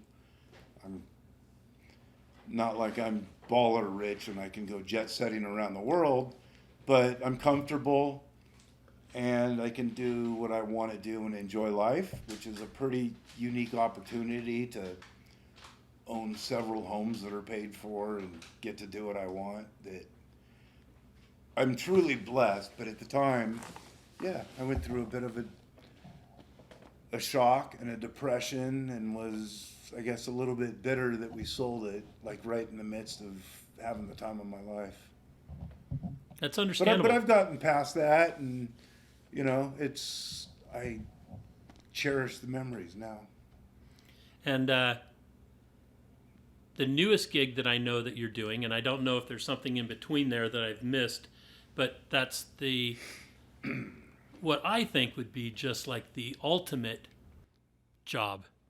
And that's moving boats all around the world. I mean, that is I'm a boat owner now. Not like the ones that would hire you to move, their boats from point A to point B. But it's still, that life is really kind of cool. It is the ultimate job. Pretty much anybody who likes boats and finds out what I do. We went to dinner the other night at a steakhouse, and it came up with our waiter.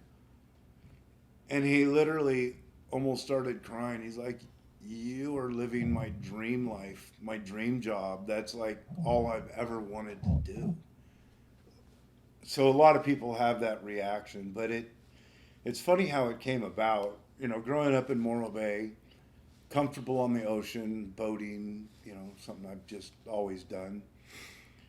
And when we sold Pirate, I said to Heather and my wife, I said, "Honey, let's buy a boat and sail off into the sunset." And so she grew up in the mountains, and I'll just say is not comfortable with the sea like I am.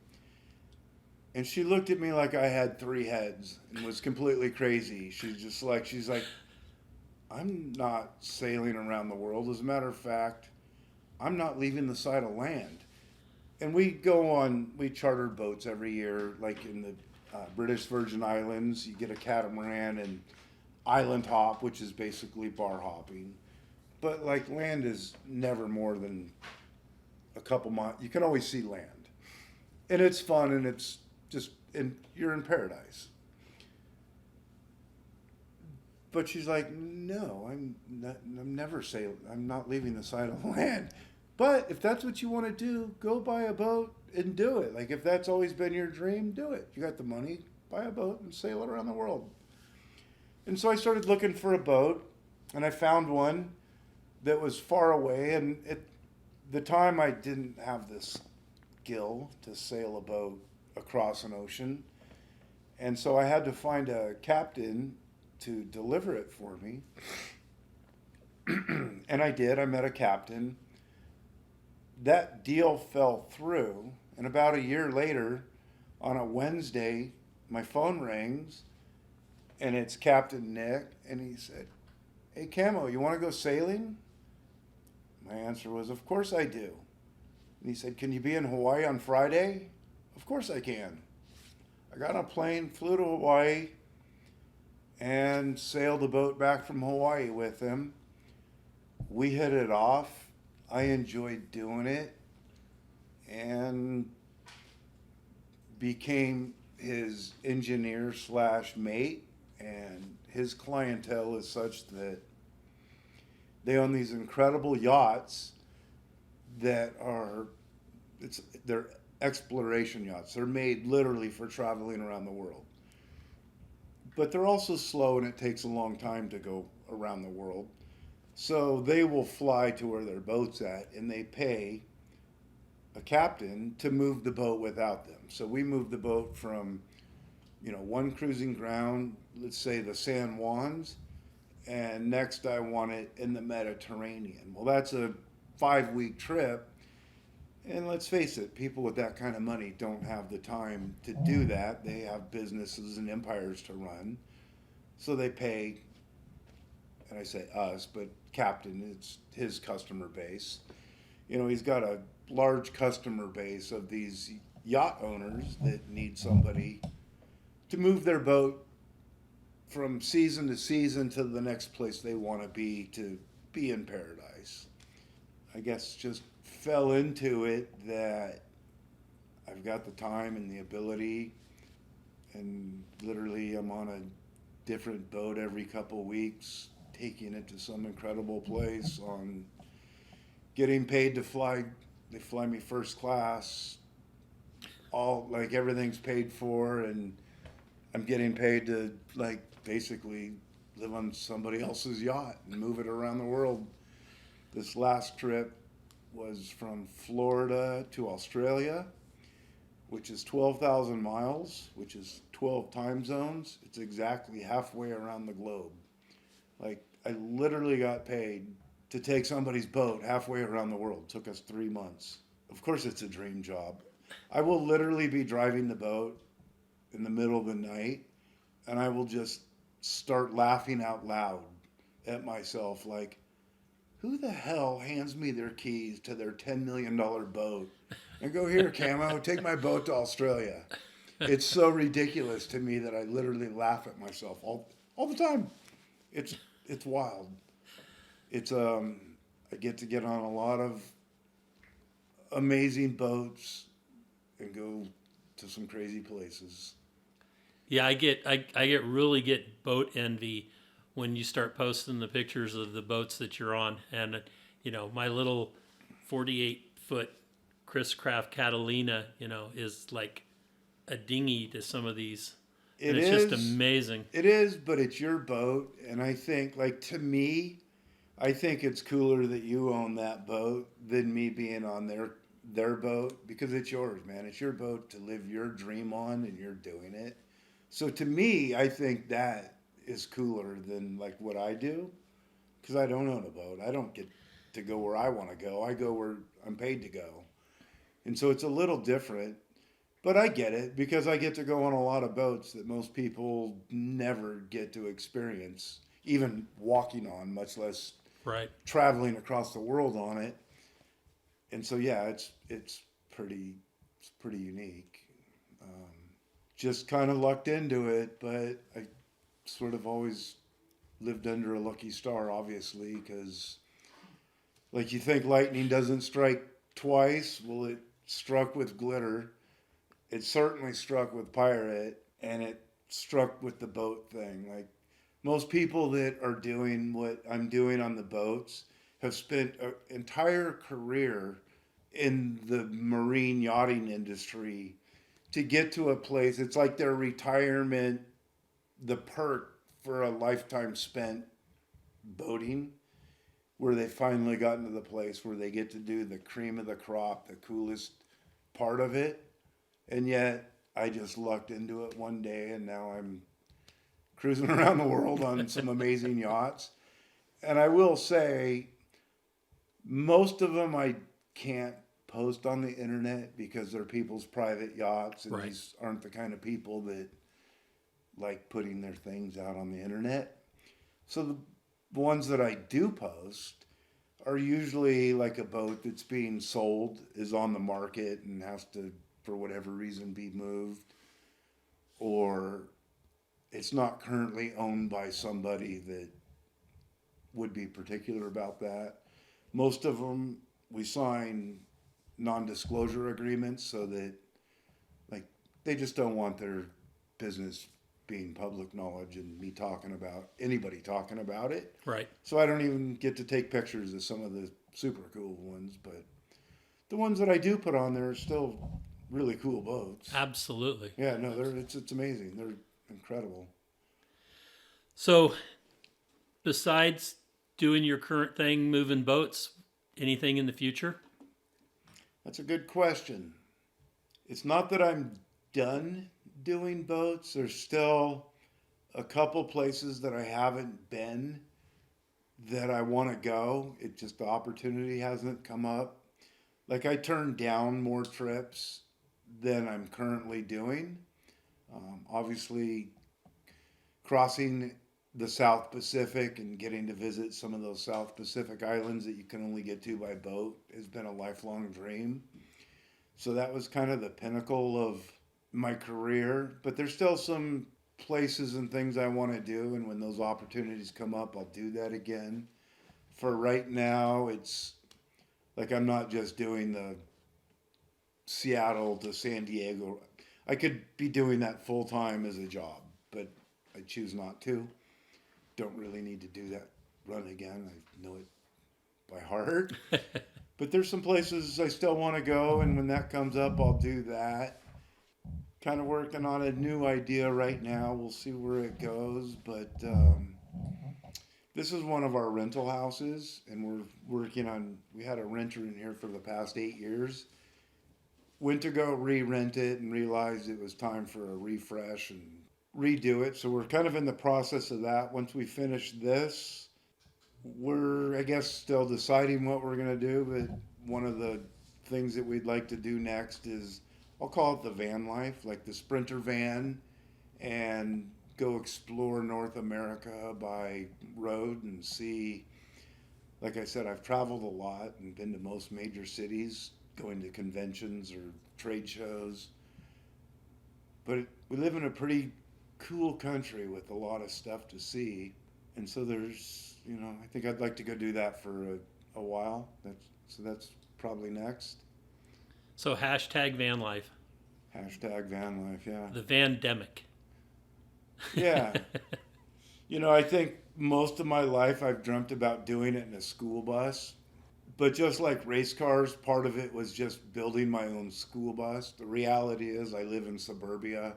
I don't have a shop, so I don't think my HOA is going to be down with me building a school bus out in front of my you know, my planned community home.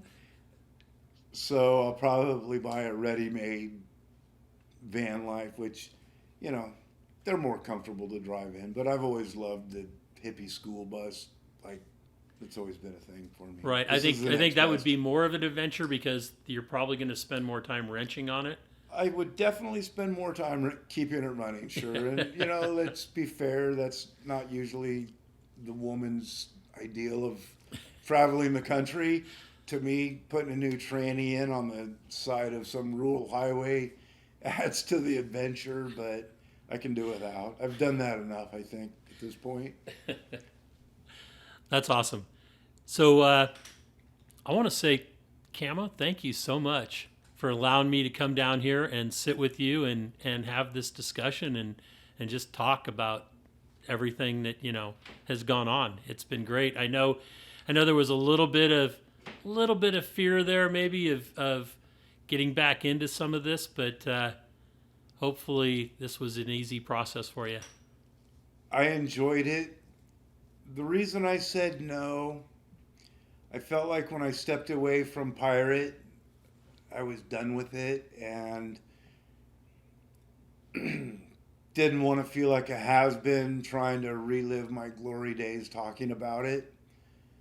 Was kind of a hang-up of mine, so like it was just easier to say no. I didn't feel the need to explain it to the public. I mean, they all have their perception of what happened, and that's fair. You know, that's how they experienced it. And had it been, and I apologize, I haven't listened to your show. I just haven't. So just wasn't really ready to be a has-been and talk about how cool I was on Pirate. So, you know, I'm just me. I've always just been just another dummy that got lucky. And I've enjoyed the time.